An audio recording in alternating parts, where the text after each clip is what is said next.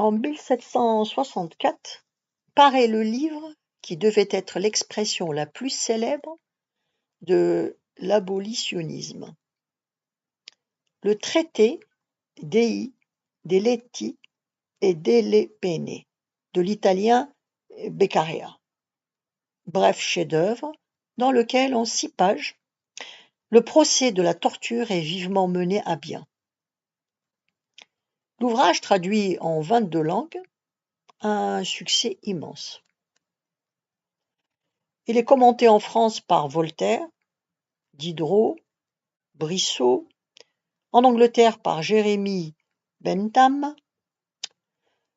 Beccaria a en effet radicalement déplacé le terrain qui était celui de bien des pénalistes contemporains, terrain tout encombré par un héritage historique, celui de la toute-puissance de l'État et celui de la confession chrétienne qu'ils récusent l'un et l'autre.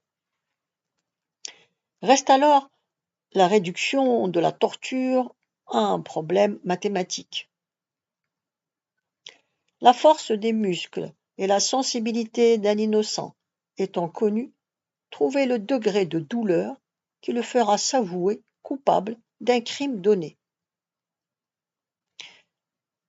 Toute autre justification, et notamment ce que Beccaria appelle je ne sais quelle raison métaphysique et incompréhensible prétendant que la torture purge l'infamie, relève précisément de cet héritage qui est récusé. Beccaria a bel et bien laïcisé jusqu'aux racines le problème du châtiment. Citation de F. Venturi.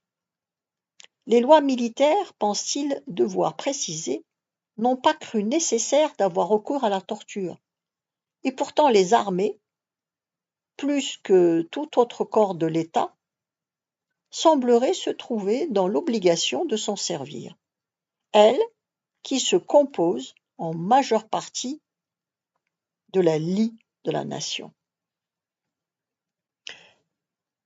Le bel optimisme de Beccaria parut d'abord triompher. Aboli définitivement en Suède en 1772, la torture le fut en France en 2 temps, par le roi Louis XVI. En 1780, la question préparatoire fut supprimée et en 1788, la question préalable.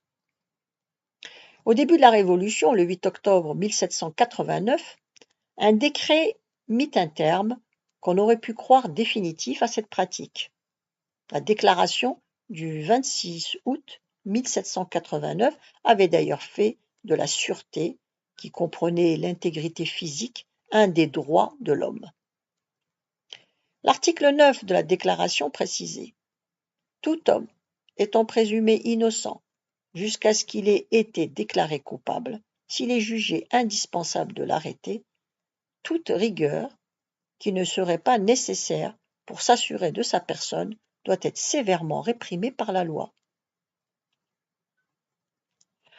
Notons qu'il ne s'agit pas là d'un droit politique, mais d'un droit naturel, inaliénable et sacré. La Révolution coupa les têtes, dans des conditions souvent plus que discutables. Elle massacra quelquefois. Elle ne tortura pas.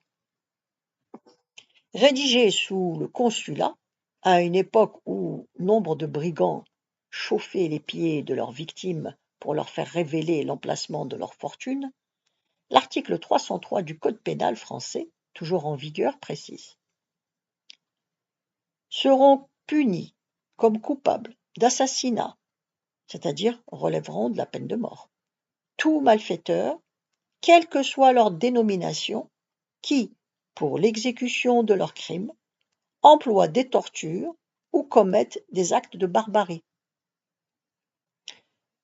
Le courant abolitionniste, vainqueur provisoire dans l'Ouest européen, sembla acquérir une portée mondiale après l'adoption en 1948 par l'Assemblée générale des Nations unies de la Déclaration universelle des droits de l'homme. dont l'article 5 le proclame. Nul ne sera soumis à la torture, ni à des peines ou traitements cruels, inhumains ou dégradants. Le préambule de cette même déclaration rappelait cependant que la méconnaissance et le mépris des droits de l'homme ont conduit à des actes de barbarie qui révoltent la conscience de l'humanité. C'était là, c'est dire que 184 ans après la publication du traité de Beccaria, le problème était loin d'être inactuel. Qu'en était-il au juste dans la France de 1954, à la veille du déclenchement de la guerre d'Algérie? Un Français moyen qu'on aurait interrogé alors sur ce sujet aurait probablement aussitôt évoqué la Gestapo.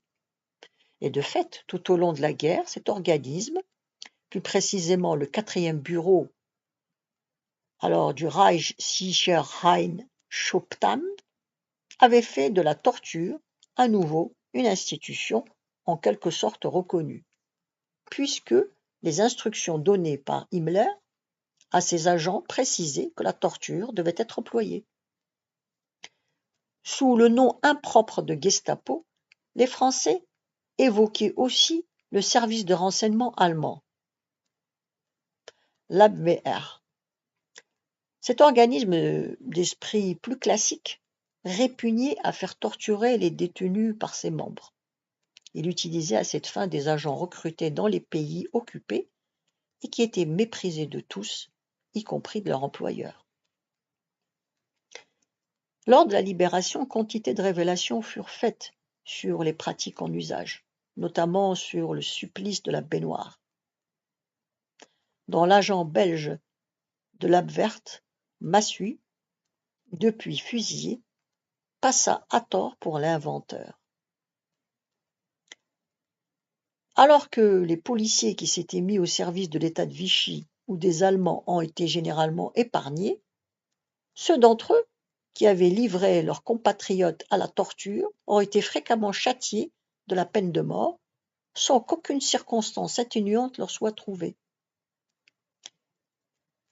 Si chacun s'était indigné de ces méthodes, chacun pensait aussi qu'il s'agissait d'une institution spécifiquement étrangère et que la France, nation des droits de l'homme, n'avait pas connu depuis 1789 et ne connaîtrait plus qu'après 1945 de cas de torture. Cette double impression était fausse. La torture, si elle est pratiquement absente au XIXe siècle de l'Europe occidentale, n'avait jamais totalement disparu. Elle ne devait pas disparaître avec la libération du territoire. Ce n'est pas, bien sûr, que la torture ait été un élément de la vie quotidienne des Français, mais en France même, et beaucoup plus encore dans les colonies françaises, a subsisté, en marge de la légalité, une torture souterraine que peu de Français ont prise au sérieux. Torture française? C'était le fait de certains services de police spécialisés dans le contre-espionnage. La Direction de la sécurité du territoire, la DST, notamment. Des rapports précis établissent que la torture électrique fut employée dans certains cas en 1949. Beaucoup plus courant encore était le simple passage à tabac d'un suspect convoqué comme témoin dans des locaux de police. À plusieurs reprises, ces passages à tabac ont causé mort d'hommes. Ainsi, à Bordeaux, un brocanteur soupçonné d'être un receleur fut en 1946 battu à mort. Ses assassins furent traduits devant la cour d'assises en 1954 et acquittés. Il est des procédés de police, écrivait en mars 1955 l'inspecteur général d'administration, R. Willaume, qui sont unanimement admis et qui constituent cependant des sévices. Tel est l'interrogatoire prolongé qui repose sur la fatigue physique de l'individu appréhendé. Telle est encore la privation de nourriture, de boissons, de tabac, alors qu'en présence de l'interrogé, commissaires et inspecteurs fument, boivent et mangent. Telles sont encore les menaces ou l'intimidation. De ces procédés, un professeur à l'École nationale de police, M. Louis Lambert, a fait la théorie en les appelant de leur vrai nom, la torture licite. Dans son traité théorique et pratique de police judiciaire, qui est paru en 1945, le mot souleva l'indignation et disparut des éditions ultérieures de l'ouvrage. On ne s'en prit guère à la chose elle-même. C'est que le système pénal français est en quelque sorte vicié à la base. Il consiste en effet à un singulier mélange de procédures accusatoires, l'instruction est contradictoire lors du procès, l'accusation et la défense sont placées en droit sur un pied d'égalité, et de procédures inquisitoires. L'instruction est secrète et surtout la police a le droit de détenir pendant 24 heures tout individu appréhendé avant de le présenter à un magistrat. Elle met à profit ce délai, conçu à l'origine pour donner le temps aux gendarmes dans les campagnes de conduire le suspect au tribunal de la ville la plus proche, pour procéder à une véritable instruction fondée sur la recherche à tout prix de l'aveu. Une fois celui-ci obtenu, le suspect cesse d'être témoin et devient inculpé sans que le juge d'instruction mette un zèle excessif à savoir comment l'aveu a été obtenu. L'essentiel de son travail consistant au contraire à en obtenir confirmation. Quand il s'agit d'authentiques truands, peu de bruit est fait autour de ces pratiques. Le malfaiteur sait qu'il aggrave son cas en accusant la police et qu'au surplus, il ne sera pas cru. Il songe d'ailleurs d'autant moins à se plaindre que lorsqu'il est entre les mains de la police, il ne compte pas être traité autrement. Une sorte de déplorable complicité dans le silence s'établit ainsi entre les truands et les policiers. Et ces pratiques sont couvertes avec le tacite accord des victimes. Il n'en est pas de même, certes, quand les victimes sont étrangères au monde des malfaiteurs professionnels, ou appartiennent même aux classes supérieures de la société. Leurs plaintes n'ont cependant guère été efficaces. Au surplus, les policiers savent utiliser un procédé bien commode. Quiconque, dans les locaux de la police, annonce qu'il portera plainte contre tel ou tel procédé employé à son égard, se voit dresser procès-verbal pour rébellion. Et c'est lui qui, de ce fait, sera condamné. Il est d'ailleurs pratiquement admis depuis longtemps qu'un policier ne doit pas être jugé. Il existe une inspection générale des services de police chargée de laver le linge sale en famille.